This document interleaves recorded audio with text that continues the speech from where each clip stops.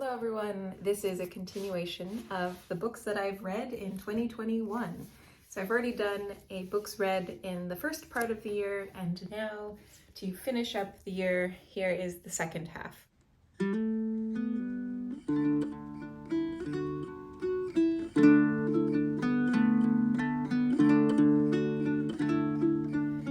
So there's kind of a strange assortment. Although someone had pointed out, because I posted these on Instagram, that there was a lot of murder and macabre, and that definitely seemed to be a theme. I tend to really love mysteries, so that's what I gravitate towards. The first two books that I read in the second half of the year were by the same author. This is Kate Summerscale, and these are nonfiction books. I read this one, really enjoyed it. So this is a true ghost story, although it's not what you expected, or it's not what I expected of a ghost story. It's more of the culture that had developed between the two world wars in England in particular, with seances and table moving and poltergeists. This was like a kind of a trendy thing. And the author ties it into all of the trauma, of course, that happened, all of the loss that happened in World War I. And so it would make sense that there's this whole movement of reaching out to the great beyond and communicating with your dearly departed loved ones. And so it's really a really fascinating way to approach this time in our history.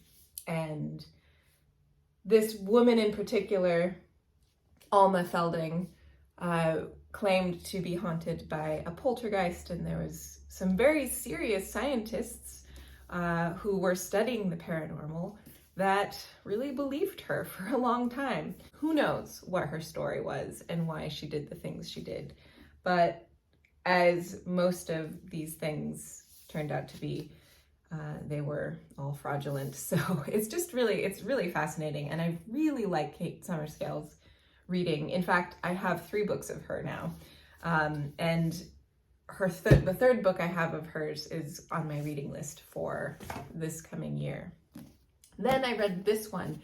And if I were to pick 2 books, if I were to suggest which book you should read by Kate Summerscale, I think this one in particular was just so fantastic. So this one is about a detective in the Victorian era named Mr. Witcher, which just seems so appropriate. And he was one of the very first detectives. This was a whole new field of solving crime, or policemanship rather. So you get to learn where some of the terminology around detective work comes from, like sleuthing and a clue.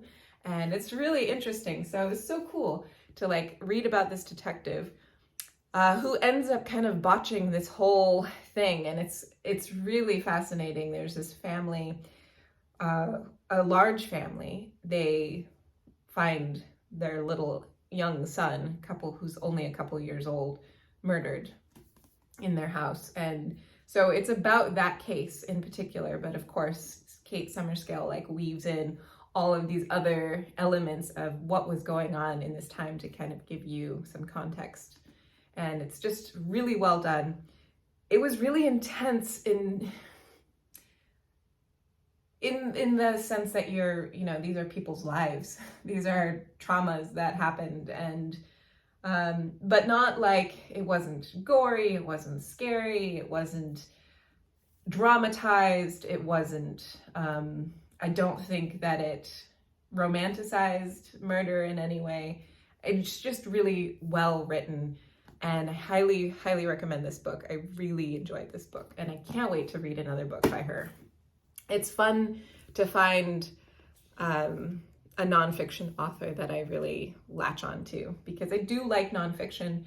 It's a different genre, and not all of it lands, and some of it's really hard for me to get through. So that was exciting. But then I was I felt oh, I've been reading a lot of heavier things. I want to lighten it up a little bit. Of course, I still picked out a mystery. Of course, it was still a murder mystery, but it was a fiction. And this is, I think, a newer series called this Secret Book and Scone Society. And initially I was like, oh, this will be a bit of fun. It's just going to be kind of like lighthearted as lighthearted murder can ever be. And then I started reading, and it's about these women that come together and form kind of a club or a society and solve this murder mystery together. And so then I felt a little like prickly, because I've never been like a woman's woman. If that makes any sense. I have nothing wrong with women. My closest friends have always been men. And so I don't understand this like world of female getting together and eating pastries and drinking coffee and doing their nails and talking about, relationship problems. And it's something that I have a hard time relating to. And so at first I was like, I don't think I'm going to enjoy this. I ended up really liking this book, and it's super fun, and it is lighthearted, and it actually was really the relationships are really interesting between these women, that they all have very different backgrounds and they kind of come together. And so I was like, okay, I like it. I'll enjoy reading the next one in the series. It's definitely something that I would like to continue with. So yeah. Surprise, surprise. Then this one I saw in a bookstore, knew nothing about it, but really liked the cover. And so I read this book not knowing at all what I was getting myself into. So this is We Have Always Lived in the Castle by Shirley Jackson. And apparently this is a big to-do. I didn't know anything about this book. I didn't read about it before. I just kind of wanted to like be surprised.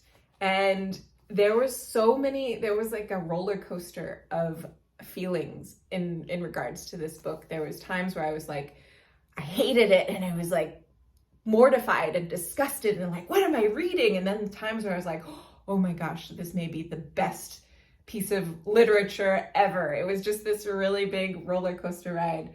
I wanted to, it was just this weird, like, what am I reading? Who are these people? What is this story about? This is crazy. And then in the end, I just absolutely fell in love with this book. And it's just a beautiful, beautiful piece of writing. And oh my gosh, I was probably the most surprised by this book in this second half of the year. Like, it just, I've never felt so much like tug of war with these characters and these stories before. And her writing is so compelling. And and I don't know if part of that was going into it not knowing anything about the book. So I wasn't really sure, like, who am I reading about? What is this character? Am I rooting for her? Am I horrified by her? Like, what am I reading? Very, very well written book for sure. Like this, I don't know. I am not an English major or a book expert, but I feel like this is definitely a piece of literature that should be, that should withstand the test of time or should be studied in a class or something. It was really, really beautiful. And then, so I finished that, and let's see, I feel like I'm missing a book, but I looked on all of my shelves and nothing quite came to me, but I feel like there was a book that I forgot about. We were in an airport, actually, flying to a wedding, and I finished that book and was like, I need a book. And so I picked this one out in the airport library because I liked the name, The Alchemist. And again, not knowing anything about this book, which seems kind of crazy to me now because it's one of those books that have been around for a long time and I think has, created a lot of chatter. And this is just a really beautiful story of someone's life journey from beginning to end. And it's easy to read. It's inspiring, it's relatable. I highly recommend it as well. And there was even like a couple of, I don't know if reading them out loud would be relevant, but there was a couple of quotes even that I underlined because I was like, yeah, I want to remember those. And yeah, they might, take it out of context, might not be as meaningful, but if you're looking for a quick read, an easy read, this author just kind of like takes you by the hand very gently and walks you through this world, and it's really enjoyable. And then again, I feel like I'm missing a book, but then we moved on to some MC Beaton, who I've read in the past. She's a mystery writer, and I've really liked her books. So this book I've had on my shelf for a long time now. I found it in a thrift store once, and recognizing the author, I was like, ooh, I want to read that one day. And this is a Hamish Macbeth mystery, which is the first time I've ever read from this particular character. And I like these murder mystery series where you kind of get to follow this particular character and get to know that character. And so Hamish Macbeth, I think, is a really fun sleuth. And I really enjoyed this book. It's really witty, and it had me laughing a lot at times. And it was really easy to read. In fact, my partner and I read this out loud to each other. We were traveling and a lot. And so we would take turns driving and reading, and that's how we got through this book, and it was just really fun. And so I was like, I should read another MC Beaton, and so I went with Agatha Raisin. This is the first in the Agatha Raisin mystery series. I've read Agatha Raisin mystery books before, but I never started from the beginning, so I thought it would be interesting to get to know the character in how she develops. Okay, I remembered what I was missing. So first of all, I did read some Sherlock Holmes mysteries in between some of the books, all that I have read before, but I like to go and revisit them occasionally. They're quick, easy to read little short stories. And so when I don't have a book that I'm compelled to read yet, I often will supplement with a Sherlock Holmes. Then I also tried reading this book. And so at the beginning of the year, I read another book by Ruth Ware. It was called, In the Dark, Dark Wood. And initially, I really did not like it. I didn't like the characters. I had no interest in reading about these really privileged, obnoxious, just kind of not very great human beings. And I was like, why would I want to do this? But I stuck it out. Ended up kind of enjoying the book, and I was like, oh, okay, now I see where it's going. It was enjoyable enough. So I thought I would read another book by her. And I thought the characters in the last book were really obnoxious. These ones felt even more obnoxious, and the main character seemed almost identical to the last main character that I read. And of course, these are just my opinions, and they're really well-written books, and maybe some people find them super interesting and fascinating and relatable. I, however, did not relate to this book. I got to like chapter 4 or 5, I can't remember. I really was determined to stick it out and just like see it through, but it was just a bunch of these really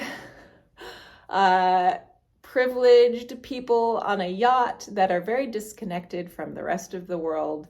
And I just didn't have an interest. I just couldn't bring myself to endure these people's silly social drama lives. And so and maybe I should have just stuck it out, because maybe this book would have been really wonderful, and I would have there would have been some redemption or lessons learned, or maybe I have, some prejudice to let go of, but I just couldn't get through it. So I don't know if I'll revisit this book. We'll see. So the next thing I want to talk about, because those are all the books that I read in the second half, are the books that I'd like to start out the year with. Like I already said, I would like to read the second in this Ellery Adams series. That will just be like an easy, fun read. But the more dense books that I'd like to read at the beginning of 2022 are these. So again, this is another Kate Summerscale book. This is called The Wicked Boy. and the mystery of a Victorian child murderer. So it's going to be kind of intense, I think. And so I had to take a break. I didn't want to jump right into this after reading the other Kate Summerscales, but I am looking forward to reading this one. And I don't know which one I will start with. I'm like really equally excited about both of these books. This one is The Backwoods of Canada. And I do want to read just a little bit on the back here. The Backwoods of Canada is a collection of personal letters written by Catherine Parr Traill and published in 1836. The book was intended to equip other women immigrants with a realistic view of what life was like on the wilderness frontier of Canada, as well as insight into the skills and strengths needed to survive. And I think that's really cool because this part of our history, I feel like, is not often shared with the perspective of a woman. And so I think that will be really, really interesting. Apparently, Catherine Parr Traill had published several books in her lifetime. So she was a prolific writer. And I love, so here's just the beginning. Letter 1. This is July 18th, 1832. I received your last kind letter, my dearest mother, only a few hours before we set sail from Greenock. As you express a wish that I should give you a minute detail of our voyage, I shall take upon my subject from the time of our embarkation and write as inclination prompts me. Instead of having reason to complain of short letters, you will, I fear, find mine only too prolix. And I just think that's such a great way to start. So yeah, really excited to read her journals and her letters. So which one I'll start with, I don't know. That's it. So thank you all for watching this video, and I will see you soon.